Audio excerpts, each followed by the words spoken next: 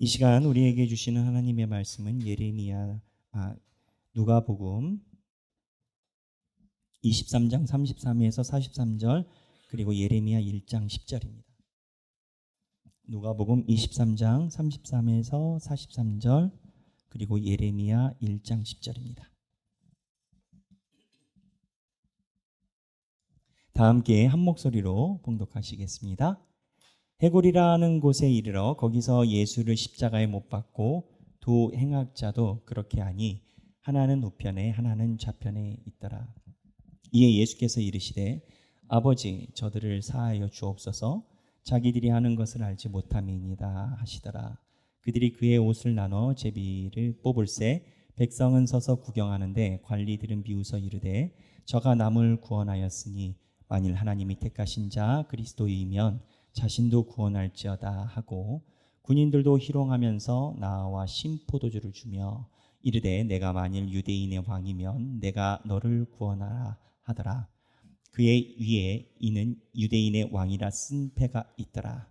달린 행악자 중 하나는 비방하여 이르되 내가 그리스도가 아니냐 너와 우리를 구원하라 하되 하나는 그 사람을 꾸짖어 이르되 내가 동일한 정죄를 받고서도 하나님을 두려워하지 아니하느냐 우리는 우리가 행한 일에 상당한 보응을 받는 것이니 이에 당연하거니와 이 사람이 행한 것은 옳지 않은 것이 없느니라 하고 이르되 예수여 당신의 나라에 임하실 때 나를 기억하소서 하니 예수께서 이르시되 내가 진실로 내게 이르노니 오늘 내가 나와 함께 낙원에 있으리라 하시니라.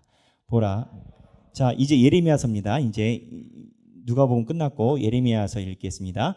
보라 내가 오늘 너를 여러 나라와 여러 왕국 위에 세워 내가 그것들을 뽑고 파괴하며 파멸하고 넘어뜨리며 건설하고 심게 하였느니라 하시니라. 아멘. 이 말씀은 살아계신 하나님의 말씀입니다. 자, 오늘 말씀에 보면 성경 말씀에 두 장면이 있습니다. 예수님이 십자가에 못 박히실 때 양쪽에 행악자라고 표현되어 있는데 우리말로 얘기를 하면 범죄자 사형수죠. 사형수가 같이 예수님과 함께 십자가에 못 박혔어요. 근데 이 십자가에 못 박힌 그 범죄자가 우리가 잘 알다시피 두 명의 결과가 다릅니다. 하나는 예수님에 대해서 조롱하고 비방합니다. 근데 다른 하나는요. 예수님에게 아주 귀한 얘기를 듣습니다. 내가 오늘 나와 함께 낙원에 있으리라. 사실 예수를 왜 믿냐라고 물어보면 이게 사람들의 대부분 우리의 목표 아니겠습니까? 영생, 낙원, 주님의 천국. 근데 하나는 이제 그 외국어로 나가리 데스내고 하나는 이제 하나님의 이제 인도하심으로 낙원에 갔단 말입니다. 차이가 뭐냐? 하나님의 인도하심으로 낙원에 간 사람은 두 가지 장면이 있어요. 오늘 본문에 보면은 우리가 행한 일에 상당한 보응을 받고 있다라는 자기에 대한 인식이 정확해요. 다른 행악자는 그러지 않아요. 이게 우리는 당연한 것처럼 여기지만 교도소에서 근무하신 분들 이야기를 들어보면 좀 얘기가 달라요. 교도소에서 근무하신 분들을 보면 많은 수감자들이 다 억울하다라는 생각을 갖고 있대요. 첫 번째, 내가 잘못한 게 없다. 두 번째, 잘못은 했는데 이 정도는 아니다. 여하튼 살짝 비껴나간대. 온전히 자기의 잘못을 인정하는 수감자가 많지 않다라는 거예요. 그런데 예수를 만난 수감자들의 특징은 자기 잘못을 온전히 받아들이고 주여 나를 구원하소서 이렇게 간다라는 거죠. 근데 십자가에 달린 두 행악자를 보면 이 루트가 그대로 나오는 게 옆에 있는 낙원에 있으리라 한 사람이 두 가지 모습이 있는데 온전히 자기의 오늘 본문 한번 볼까요? 오늘 본문에 보면 우리 방송팀이 수고해 주시는데 누가복음 23장에 41절에 바로 찾으시네요. 감사합니다. 41절에 보면 우리는 우리가 행한 일에 상당한 보응을 받는 것이니 이에 당연하거니와 이 사람이 행한 것은 옳지 않은 것이 없느니라 라고 이 얘기를 하고 그 다음에 뭐라고 얘기를 하냐면 자기 인정을 하고 42절에 예수여 당신의 나라에 임하실 때 나를 기억하소서 이렇게 얘기를 해요. 그러니까는 이 사람의 생각의 레이어가 두 개인 건 거예요. 하나는 자기의 현실에 대해서 직시하고 현실을 직시하고 나니까 주님의 손길이 필요한 거예요. 오늘은 이 부분을 우리가 보려고 합니다. 이 부분이 의미하는 우리의 삶에 시사하는 바가 뭔지를 조금 보려고 합니다. 제가 몇 번 언급을 했었지만 인류에 대해서 잘 관찰한 사람들이 있어요. 이거는 사실 인간을 관찰하는 것은 신학자보다도 진화론자들이나 역사학자들이 더 잘 살펴봅니다. 여러분 인간을 잘 살펴보면요, 인간은 뭐가 있냐면 자연환경이나 이 삶에 대해서, 삶에 살아가는 목적에 대해서 언젠가 끝자락에 섭니다. 모든 인류가 다 그렇다라고 봐요. 삶에 어려움이 있다라는 거예요. 그러면 이 어려움이 있을 때 인간들이 어떻게 했느냐? 인간들이 어려움이 있을 때 사실은 주님을 찾으면 100점 만점인데 인간들이 하나님을 닮은 능력이 있어서 인간들이 어려움이 있을 때 자기의 힘과 능력으로 무언가를 손을 댑니다. 그리고 그것으로 해결을 해보려고 노력합니다. 이 노력이 잘못됐다라는 건 아니에요. 이 노력이 잘못됐다라는 건 아닌데 자기가 노력하는 것에 자기의 생각의 세계를 거기에 세팅을 함이 오차가 나요. 무슨 얘기냐? 인간이 자기의 자력으로 인간의 운명을 개선할 수 있다라는 생각을 인간은 갖고 있어요. 그러나 성경은 그렇게 이야기를 하지 않아요. 성경은 인간이 자기의 힘으로 자기의 능력을 가질 수 있다라고 얘기를 하는 것은 십자가에 달려있는 행악자가 십자가에서 자기 힘으로 내려올 수 있다는 것과 똑같은 얘기인 건 거예요. 인간은 에덴 동산에서 손상되어 있어요. 그렇다면 목사님, 인간이 그렇게 손상이 되어 있다고 표현하시는데 인간이 도대체 뭘 얼마나 이 잘못을 했을까요? 유발 하라리가 쓴 책에 보면요, 고대 원시인들은 호모사피엔스에 보면 자기들이 삶을 개척하기 위해서 수없이 노력을 합니다. 인간이란 호모사피엔스가 이 땅에 와서 발현할 때, 처음에 나타났을 때 그들에게 먹거리는 뭐였을까요? 인간에게 직업은요, 채집입니다. 수렵입니다. 인간에게 먹거리는 무엇을 할 수 있는 게 없으니까 자연이 열매를 주면 열매를 따먹으러 가고요. 그 다음에 양과 염소가 왔다 갔다 하면 창으로 찔러가지고 불 지펴서 먹고, 인간의 최초의 직업을 수렵과 채집으로 봅니다. 사실 맞는 거죠. 아무것도 없을 때 수렵과 채집이잖아요. 근데 수렵과 채집을 하다가 이 삶의 공고함이 온다라는 거죠, 인간이. 이 삶의 공고함의 표현은 유발하리는 하지 않아요. 근데 제가 목회자가 볼 때 그 공고함이 왔을 때 인간이 이 문제를 해결하기 위해서 노력을 합니다. 그 노력을 뭐라고 얘기를 하냐면 농업혁명이라고 얘기를 합니다. 근데 유발 하라리는 이 농업혁명이 희대의 사기극이라고 이야기를 해요. 왜 희대의 사기극이라고 이야기를 하느냐? 인간이 자기의 삶을 윤택하기 위해서 기술 세계에 손을 댔는데 그 기술 세계가 진짜 인간의 삶을 윤택하게 해줬냐라는 거예요. 우리는 농업혁명하면 학교에서 굉장히 농사지어서 인류가 급격하게 부유해졌다 이렇게 봤는데 유발 하라리만 독특하게 초등학교의 교과서를 거꾸로 이야기를 하는 건 거예요. 근데 일리가 있어요. 그 유발 하라리의 말에 의하면 이래요. 수렵 채집인 시간에는 하루에 3시간에서 6시간만 사냥과 채집을 했으면 됐대요. 하루에. 그리고 일주일에 2, 3일에 한 번만 이걸 하면 됐대요. 그러고 나서 일주일 동안 먹고 살았대요. 저는 이해가 돼요. 왜냐하면 자, 지나가다가 양 한 마리를 잡았다 쳐봐요. 양을 잡았어요. 진짜 양 통째로. 양 통째로 여러분 고기 드셔보셨습니까? 이 양을 하루 만에 이 양을 통째로 먹을 수 있는 인간은 없어요. 왜? 위는 주먹만 하니까. 그냥 양 한 마리 잡으면 이 양고기로 일주일이 아니라 2주, 3주가 온 가족이 고기도 먹고 갈비도 먹고 내장도 삶아 먹고 뭐 기타 등등 먹고 이게 한 2주 가는 건 거예요. 그러니까 수렵 채집 때는 하루에 평균 한 3시간에서 6시간만 일하고 이것도 일주일에 한 2, 3일만 일하면 나머지는 자유시간. 그때 뭐 하냐? 애 키우고 애들이랑 놀러 나가고 그랬다라는 거예요. 수렵 채집 때는. 근데 농경 사회가 인류의 대단한 발전이라고 했는데 농경은 어떻게 되느냐? 농경은 그러지 않아요. 해 뜰 때 물 틀어주고 해 질 때 물 막아야 되고 하루 종일 밭에 붙어 있어야 돼요. 인류의 최대 과학이라고 여기는 게 그 당시에 농사라고 치면 이집트에서 이제 농사가 번성해서 자본이 모였다라고 얘기를 하지만 인간이 수없이 많은 노동 집약적인 상품이고 이 노동 집약적인 상품은 인간의 노동력을 착취한다라는 거예요. 그러니까 물음표는 인간이 수렵채집에서 농사의 기술로 넘어왔을 때 부자 되더라냐라는 건 거예요. 안 된다라는 거지. 근데 이것만 있는 게 아니에요. 이 채집과 농사에 있는 사람은 제가 아니고 유발 하라리. 유발 하라리는 예수 안 믿습니다. 하지만 그 사람이 가지고 있는 인사이트는 일리가 있다라고 하는데 이러다 보니까 차이가 있어요. 수렵 채집인은 밭이 없잖아요. 부동산이 없어. 수렵 채집 시기에는 자기의 정해진 집이 없고 부동산이 없어요. 여러분 부동산과 밭을 가지신 부자가 계시다면 수렵 채집 시기에는 아무 의미가 없는 재산인 건 거예요. 그때는 어떻게 하느냐?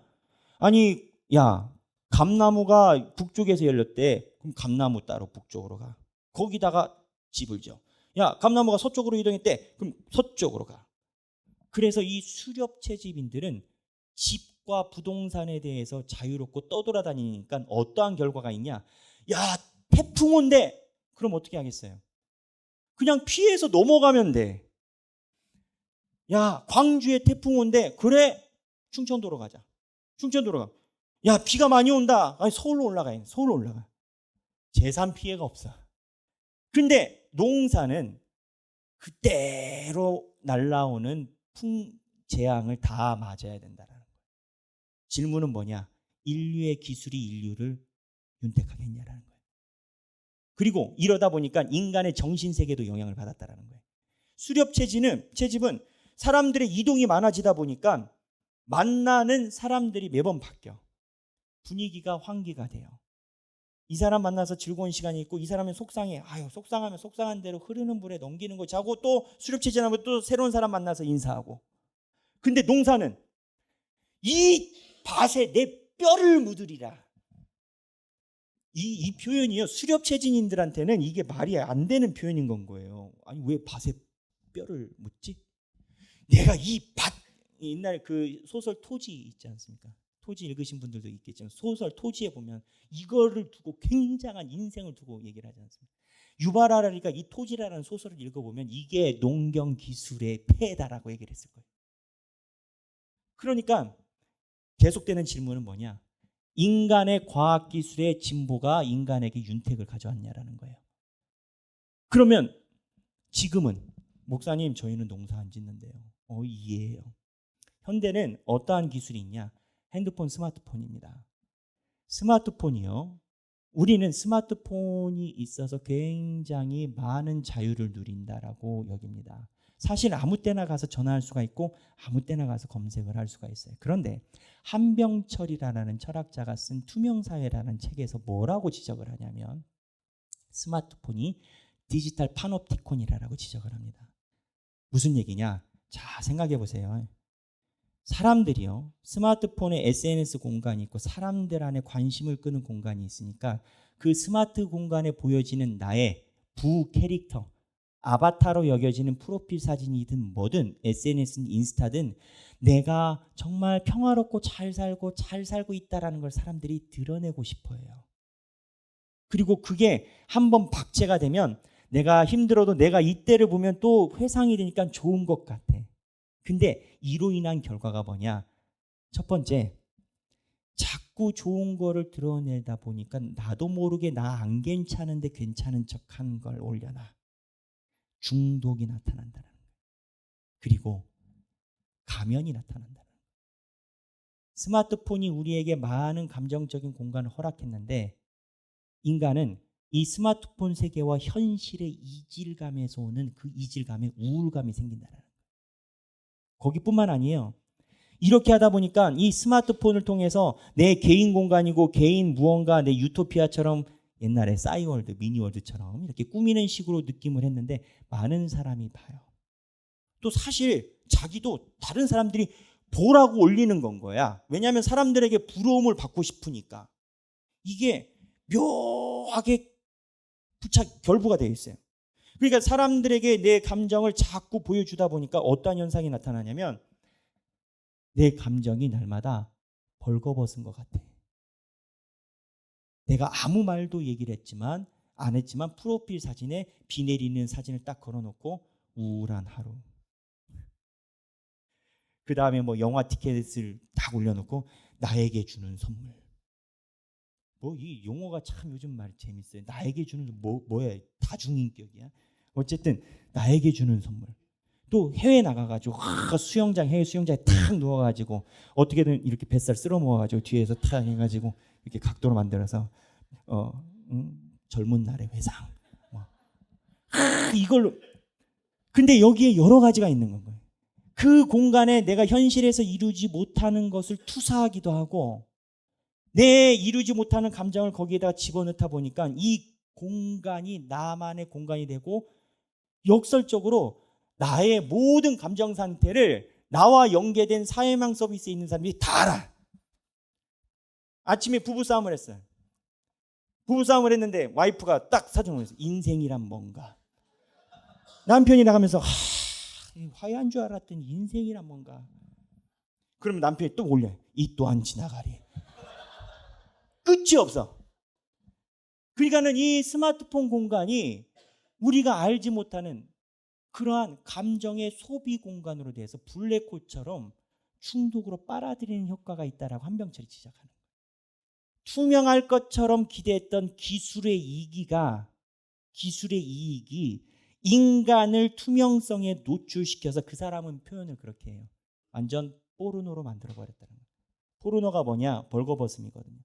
나의 감정을 다 벌거벗음으로 만들어버린 것이 기술의 이익이다라는 거예요. 그래서 한병철은 조금 더 나가서 뭐라고 얘기를 하냐면 아까 디지털 파놉티콘이라고 얘기를 했잖아요. 이 파놉티콘이 제레미 벤담이 이야기를 한 건 거예요. 인간을 교화시키고 인간은 결국 교육을 통해서만 사고가 바뀌니까 인간의 교화의 최고의 마지노선이 어디냐? 교도소. 사회적 부적응자들을 데려다 놓고 교화시키는 게 인간의 마지막. 감옥을 넘어가면 죽음이에요. 사형이에요. 그러니까 제레미 벤담이 인간을 가장 사회 구조에 맞게 교화시킬 수 있는 마지막이 감옥이라면 가장 효과적인 감옥이 뭐냐라고 했을 때 제레미 벤담이 만든 감옥의 구조가 있어요. 사진 한번 띄워줘 보세요. 이게 원래 파놉티콘이라는 겁니다. 이게 감옥이에요. 이 구조가 가지고 있는 장점이 있어요. 중앙에 있는 관찰자는 죄수들이 관찰자가 투명 유리로 돼서 관찰자를 보지 못해요. 근데 관찰자는요, 이렇게 감옥을 만들게 되면 죄수 숫자가 아무리 많을지라도 그 죄수들이 지금 뭘 하고 있는지 다 쳐다보는 겁니다. 효율성의 극대화가 파놉티콘이에요. 이 제레미 벤담이 이 파놉티콘을 이야기를 하고 나서 굉장히 됐는데 이 한병철 많은 트렌드를 탔는데 한병철이 이야기를 한 건 우리의 기술 사회가 디지털 파놉티콘이 돼버렸다는 거예요. 우리의 기술의 이기가 감옥이 돼버렸다. 어머니가 어디 있는지 전화해보면 다 알아. 아이들이 어디 있는지 알려면 아이들 전용 앱을 깔아버려. 추적을 해버려.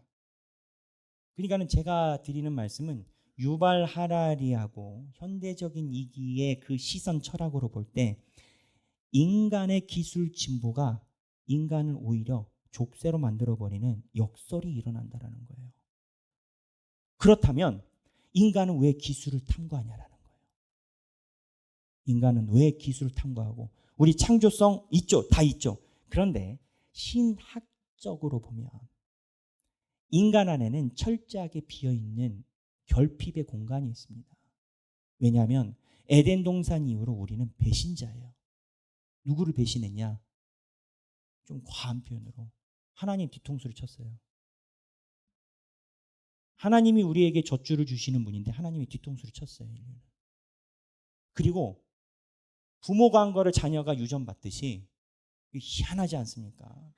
부모가 좋아하는 걸 자녀가 좋아하고 그것처럼 우리 안에는 이 무언가의 속성이 있어서 내가 하지 않으려고 해도 하나님과 단절시킴으로 인한 내 안에 결핍이 있어요. 근데 이 결핍을 성서는 어떻게 이야기를 하느냐? 이 결핍의 끝자락에 썼을 때 주를 바라봐야 너희들이 돌아온다를 성경은 지속적으로 얘기를 하거든요. 그러나 지금 제가 얘기를 했던 진화론자들과 현대적인 철학자들의 끝장선에 보면 라이놀드 니버는 이 포인트를 지적을 합니다. 인간이 자기 결핍의 끝자락의 탈출구를 죽게 가져가 보기보다는 자기들이 가지고 있는 무엇의 능력으로 빠져나가기 시작한다. 그래서 주님을 만나는 것이 더뎌진다라고 지적해요.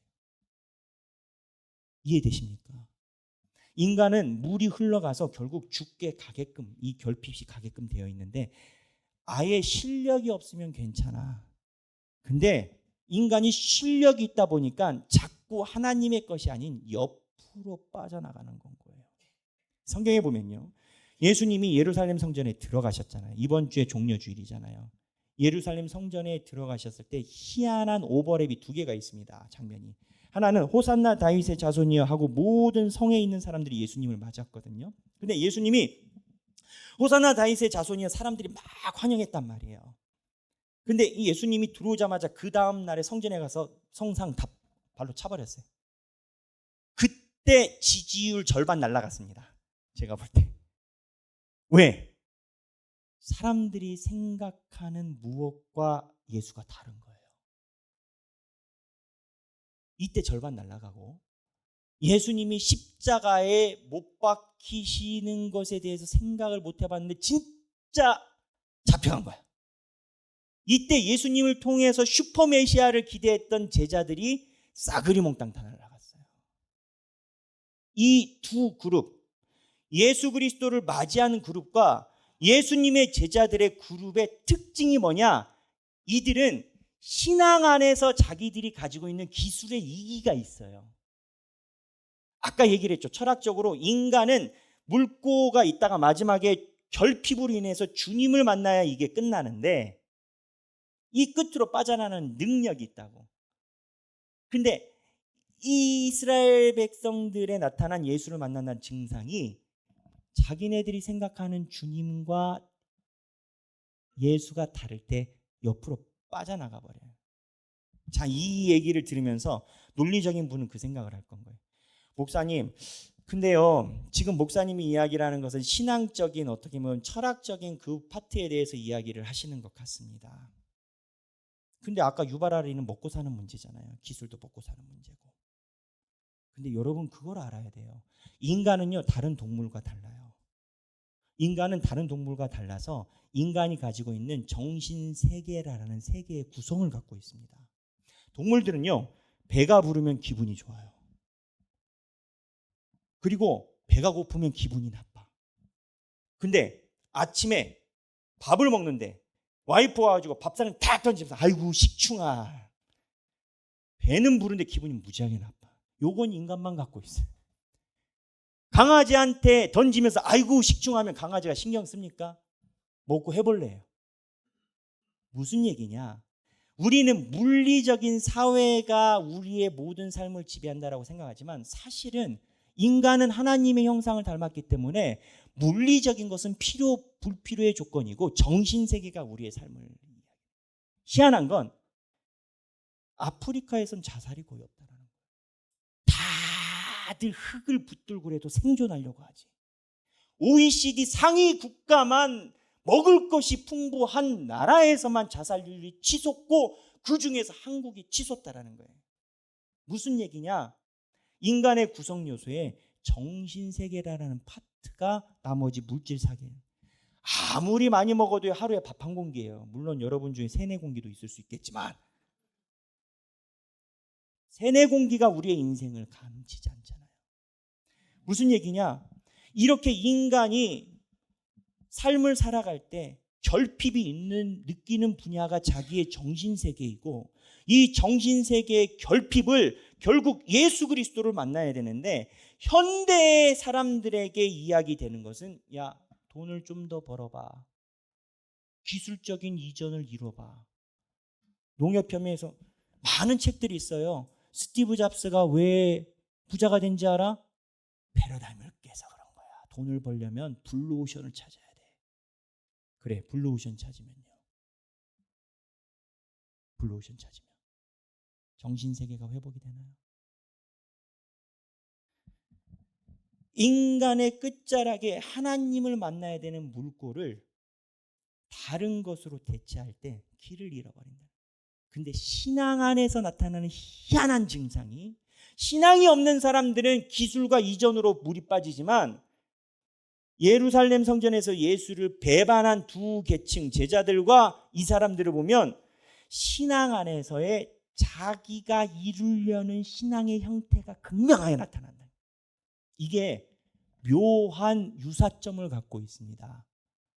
내가 생각하는 신앙의 이름하고 기술적인 개척의 이름의 소욕의 뿌리가 같아요. 핵심은 뭐냐? 나예요. 호산나 다윗의 자손이여 라고 종려나무를 했지만 이분이 성전에 가서 지체 높은 대제사장들의 코털을 건드릴 줄은 예상을 못했던 거예요. 이 사람들은 사실은요, 대제사장이나 사두개인이나 모두 다 유대인들의 독립을 원했거든요. 오랫동안 다윗과 같은 메시아를 원했거든요. 압제자가 어디에? 로마예요. 아마 이런 사람들이 대부분이었을 겁니다. 지금 있는 지도자들의 리더가 돼서 그 사람들을 끌어안고 다윗처럼 예수는 능력이 있어요. 근데 이 생각인데 예수님이 들어가자마자 성전에서 발로 걷어차버려요. 그 다음날 예수님 칼 타시는데 자기가 생각하는 신앙의 형태의 기술적 이기가 끝자락에서 예수를 만나는 걸 틀어버려요. 이거를 쉬운 표현으로 자기 교만이라고 하죠.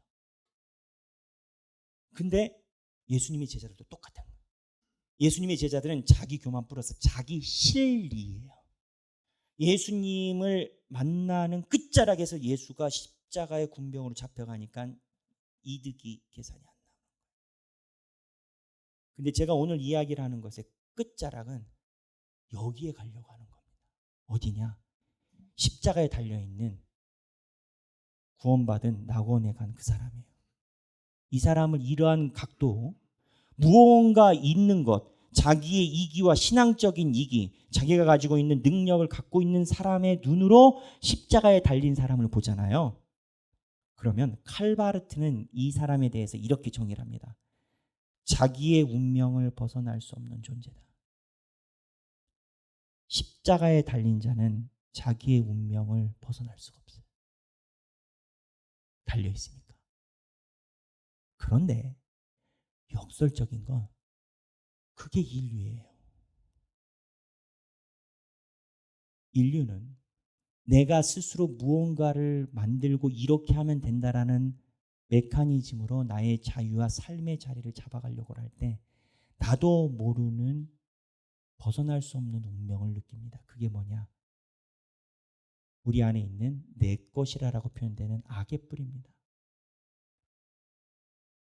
이 악의 뿌리가 선악과 이유로 우리 안에 내정되어 있기 때문에 예수 그리스도를 온전히 받아들이지 않는 나의 무엇은 사실은 그때는 내가 원하는 삶의 방향, 내가 추구하는 뭐 같죠. 근데 뿌리를 들어가 봐요. 뿌리에 들어가 보면 뭐가 나오느냐? 내가 할 수 있다는 거예요.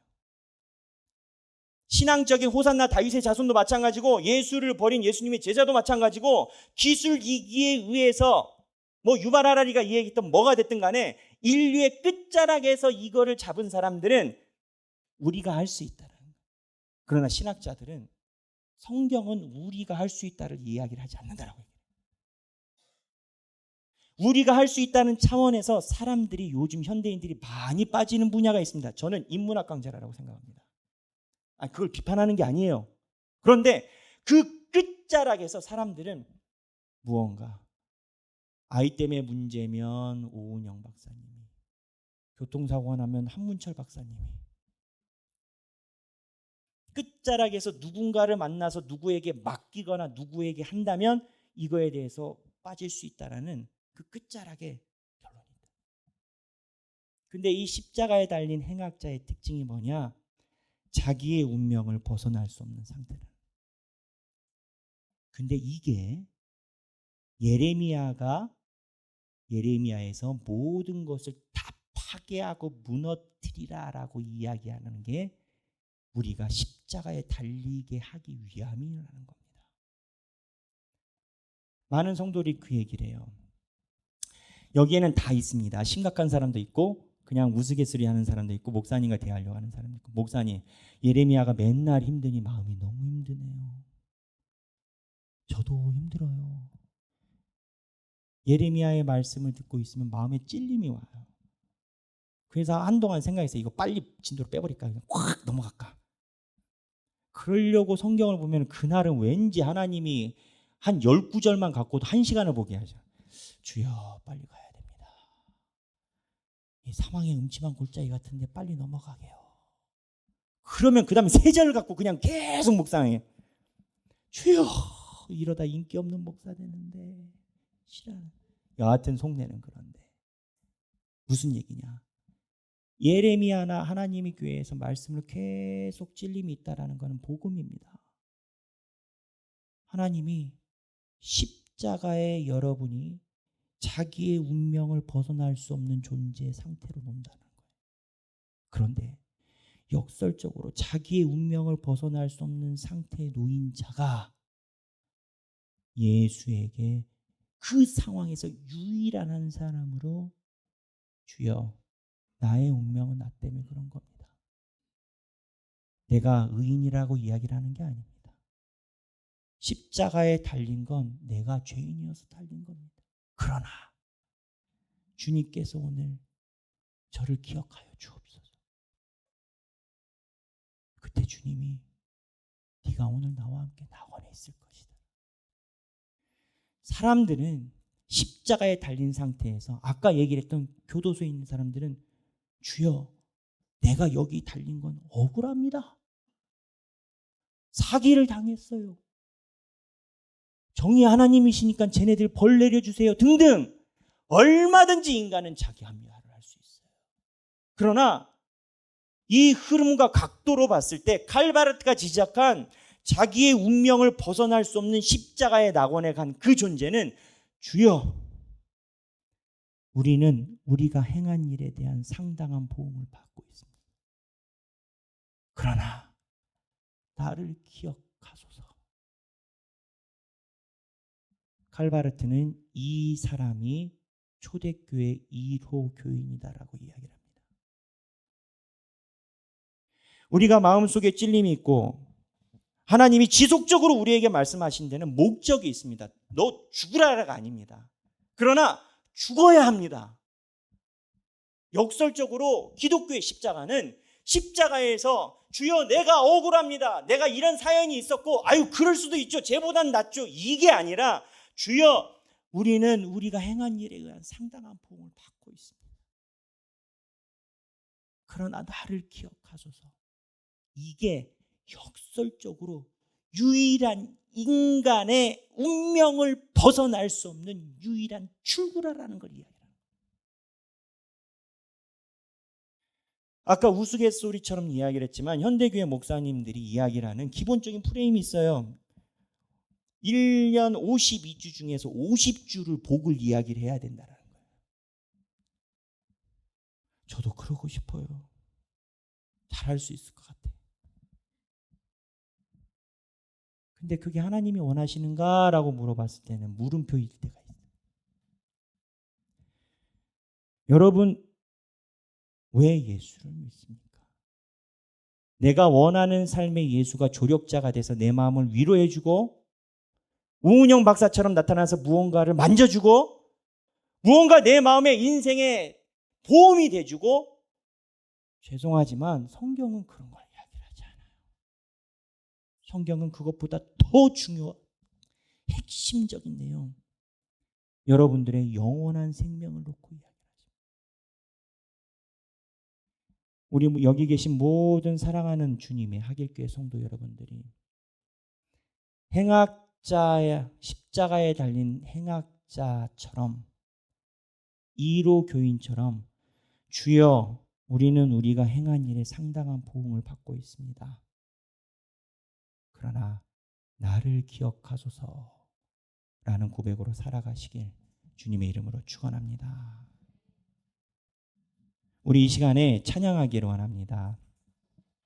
여호와께 돌아가자라는 겁니다. 저희가 이 포인트를 집중하기 위해서 주님의 제자들을 봤지만 결국 이 행악자 1호 이후에 주님을 배반했던 사람들 많은 숫자가 다시 죽게 돌아왔습니다. 돌아올 때 주여 내가 그때 배반했었던 이유가 있어요. 이해하시죠? 이러고 돌아온 사람은 아무도 없습니다. 주여 우리는 우리의 보응을 받나이다. 그러나 나를 기억하소서. 이 줄기 아래 주님의 교회가 세워진 겁니다. 내 백성이 나를 떠나 돌아섰지만 내 사랑이 내 백성을 포기 못하니 내가 그들을 분명히 얻으리라. 응답, 우리의 응답, 여호와께 돌아가자. 우린 돌아서도 그는 편치 않네. 여호와께 돌아가자. 우린 넘어져도 그 사랑은 영원하네. 이제껏 주님이 오라 할 때 돌아가지 않았는지 모르지만 돌아가자. 주님의 음성을 내 마음에 부인할 수가 없고 교회를 겉돌고 싶어도 내 마음에 찔림을 주시는 주님의 만지심을 부인할 수가 없고 주여 내가 상당한 보응을 받는 찔림을 갖고 있으니 기억하소서. 함께 찬양하겠습니다.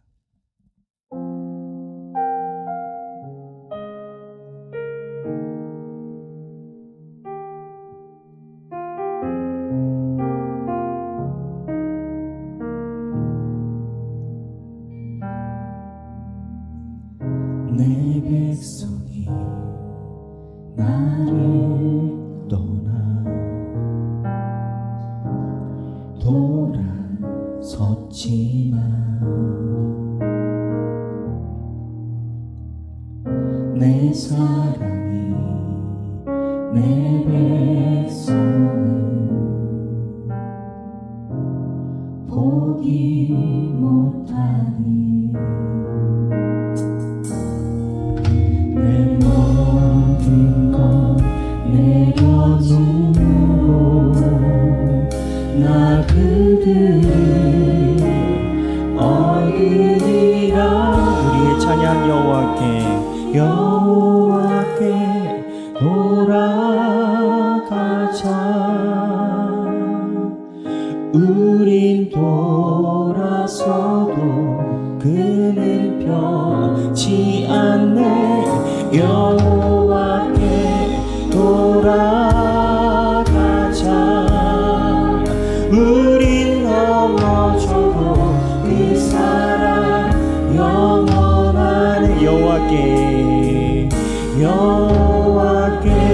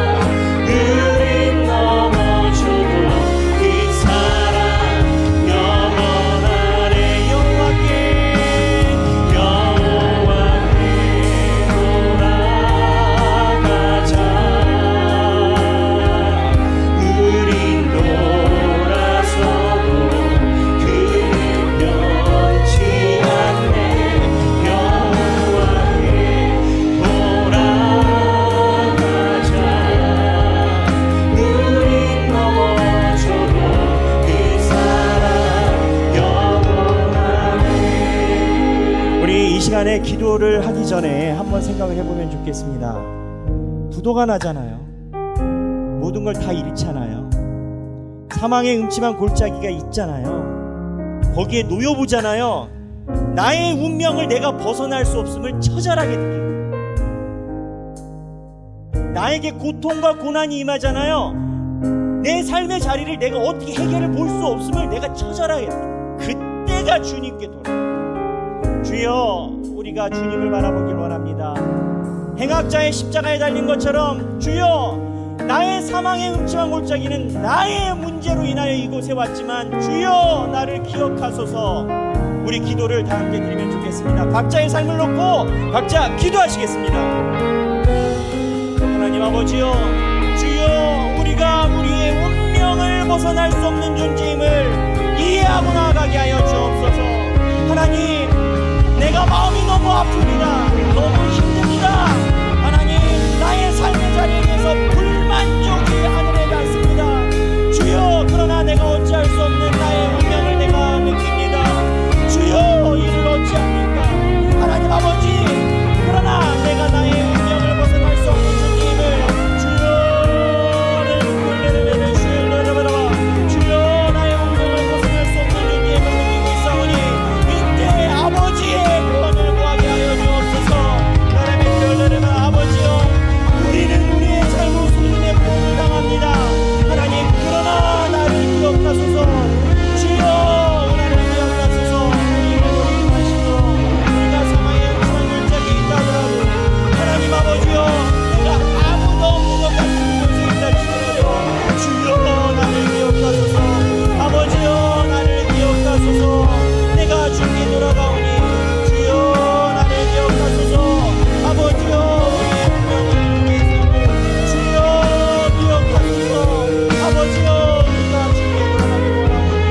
아버지여, 우리의 행한 것을 내게 결론하여 주의를 내려받아 아버지여, 주님께서 우리의 삶을 가지사 아버지의 은혜로 우리의 삶을 역사하시고 나라 거예를 누리는 사망의 음침한 골짜기를 못 다닐지라도 아버지여, 나라